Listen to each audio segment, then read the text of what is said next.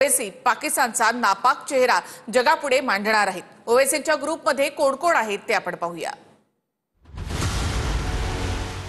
पाकिस्तानच्या कट्टरतावादाला सडेतोड उत्तर दिल्यानंतर आता आंतरराष्ट्रीय मंचावर सुद्धा ओवैसी पाकिस्तानचा नापाक चेहरा जगापुढे मांडणार आहेत। ओवैसी यांच्या ग्रुपचं नेतृत्व भाजप खासदार बजयंत पांडांकडे आहे।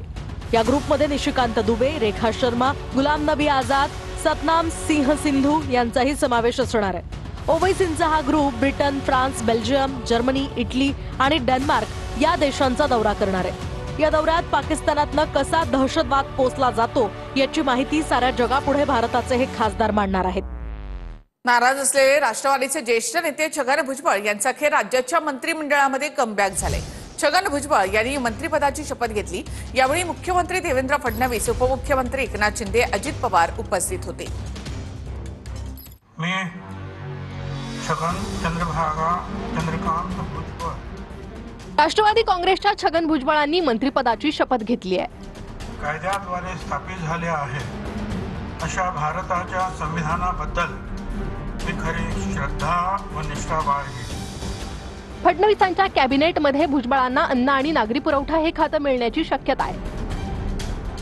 संतोष देशमुख प्रकरणात आरोप झाल्यानंतर धनंजय मुंडे यांनी या पदाचा राजीनामा दिला होता। तेव्हापासून ही जागा रिक्त होती। त्या जागेवर अखेर छगन भुजबळांची वर्णी लागली आहे। याआधी मंत्रिमंडळात स्थान न मिळाल्यानं भुजबळ नाराज होते।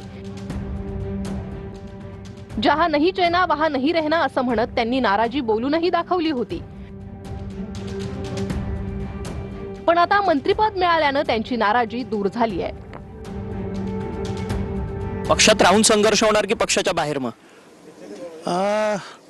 ते आता सगळ्यांना विचारून करीन। पण एक आहे, जहां नहीं चाइना वहां नहीं रहना, जहां नहीं चाइना वहां नहीं रहना, जहाँ पे नहीं रहना वही रहना। ज्याचा शेवट चांगला ते सर्व चांगलं, ज्याचा शेवट चांगला ते सर्व चांगलं। चला, भुजबळ साहेब काय कुठे नाराज होते अशातला काय भाग नाही। सुरुवातीला त्यांनी त्यांच्या भावना जरूर त्या ठिकाणी व्यक्त केल्या होत्या। परंतु राष्ट्रवादी काँग्रेस पक्षाच्या ग्रुपने एकत्रितपणाने बसून या संदर्भातला निर्णय त्या ठिकाणी घेतलेला आहे। त्यानुसार आज छगन भुजबळ साहेबांनी मंत्रिपदाची शपथ त्या ठिकाणी घेतलेली आहे। सर, विभाग कौन से दिए जाएंगे? मंत्रिपद की शपथ तो ले लिया है। नहीं, उनके अभी तो विभाग मुख्यमंत्री जी दे देंगे। मुख्यमंत्री का अधिकार है वो मुख्यमंत्री जी का, और भुजबल जी अच्छा काम करेंगे। आता बाकीच्या काही जबाबदाऱ्या असतील ते मुख्यमंत्री आणि उपमुख्यमंत्री ठरवतील, ते काम करायचं। 1991 पासून जे आज शपथ घेतो आहे, मंत्रिपद येत आहे, जात आहे, अनेक खाती सांभाळलेली आहेत।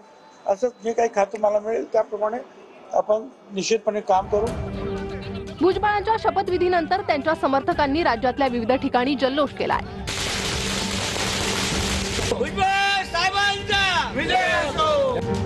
भुजबळांच्या शपथविधीनंतर मात्र अंजली दमानिया आणि जरांगे पाटील चांगलेच संतापलेत। आज जेव्हा भुजबळ मंत्रिमंडळाची मंत्री म्हणून शपथ घेत आहेत असं कळलं तर खूप अस्वस्थ वाटलं। मला खूप राग आला की असं काय आहे की राजकारणात एक भ्रष्ट मंत्री गेला तर त्याच्याऐवजी दुसरा भ्रष्ट मंत्री आपल्या डोक्यावर थोपवला जातोय। काय नाईलाज आहे की तुम्हाला अशाच माणसाला पुन्हा मंत्री म्हणून घ्यायचंय। 2.5 वर्ष जेलमध्ये राहून आलेले छगन भुजबळ तुम्ही आमच्या डोक्यावर थोपताय। मला तर कळत नाही या राजकारणाला म्हणायचं काय। आता किळसवाणी झाले एवढंच म्हणावंसं वाटतं। मराठा समाजाला आशा आहे हैदराबाद गॅझेट लागू होईल, सगळ्या सोयरीची अंमलबजावणी होईल, आणि हा माणूस मात्र जातीवादानं खूप बरबाडलेला आहे। आणि याला घेतलंय म्हणजे मराठ्यांची नाराजीचा फटका 100% अजितदादांना आता भोगावी लागणार आहे। कारण मराठ्यांची ही नाराजीची लाट आता उसळणार आहे। 29 ऑगस्टला तर आम्ही दाखवणारच दिसका काय आहे ती। आणि आता बातमी आहे ती कल्याणमधून। कल्याणमध्ये श्री सप्तशृंगी इमारतीचा स्लॅब कोसळलेला आहे। ढिगाऱ्याखाली अडकून 6 जणांचा मृत्यू झालाय, तर 6 जण यामध्ये जखमी झाले। आतापर्यंतची जे रेस्क्यू ऑपरेशनचे आहे त्याच्यामधले 12 लोक जे अडकले होते त्याच्यातले आपण सर्व काढलेत. अजून आपलं काम चालू आहे, पण त्याच्यातले 6 लोकांची अनफॉर्च्युनेटली दुर्दैवी मृत्यू झालेली असं प्राथमिकदर्शनी आपल्याला कळते. त्यांना आपण रुक्मिणीबाई हॉस्पिटलला पाठवलेलं आणि पुढची कारवाई त्यांच्या डॉक्टरमार्फत होईल. आणि उरलेले जे 6 लोक आहेत ते आज रोजी ते ट्रीटमेंटवर विविध ठिकाणी विविध हॉस्पिटल्सवर त्यांचे ट्रीटमेंट चालू आहे. आणि आता बातमी येते पुण्यामधून. पुण्यामध्ये जोरदार वाऱ्यामुळे 3 ठिकाणी होर्डिंग कोसळल्याची घटना घडली. सणसवाडीमध्ये होर्डिंग कोसळल्यामुळे 5 ते 6 दुचाकींचं नुकसान झालं, तर कुणीही जखमी झालेलं नाही. दुसरीकडे धानोरी पोरवाल रोडवर देखील होर्डिंग कोसळल्याची घटना घडली. तिथे फुरसुंगीमधील मंतरवाडी चौकातही पावसामुळे फ्लेक्स कोसळलाय. जालन्याच्या बदनापूर तालुक्यामधील मांडवा गावामध्ये वादळी वाऱ्यामुळे लग्नाचा मंडप उडाला. लग्नाचा मंडप उडाल्यामुळे वराडी मंडळींची मात्र तारांबळ उडाली. तसंच तुपेवाडी गावामध्ये धार्मिक कार्यक्रमाचा देखील मंडप कोसळला. सुदैवानं यामध्ये कोणतीही जीवितहानी झाली नाही.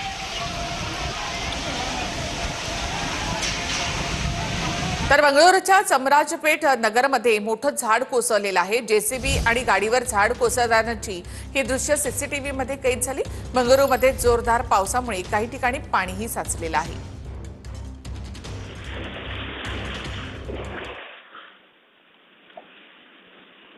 तर बंगळुरूमध्ये पावसाचा हाहाकार, झाड कोसळतानाची दृश्य सीसीटीव्हीमध्ये कैद झाली आहे. बाजूलाच या ठिकाणी रस्त्याचं कामही सुरू होतं.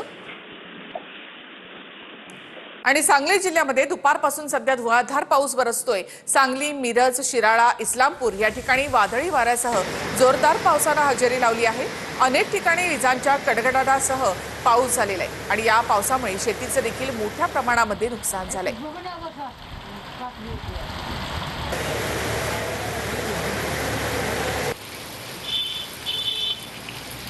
पुण्यामधल्या जुन्नरच्या ओतूर, डिंगोरे, उमरज या परिसरामध्ये देखील जोरदार पाऊस झालाय. वादळी वाऱ्यामुळे काही ठिकाणी झाडं उन्मळून पडली आहेत. पावसामुळे शेतांना देखील तळ्याचं स्वरूप आलंय.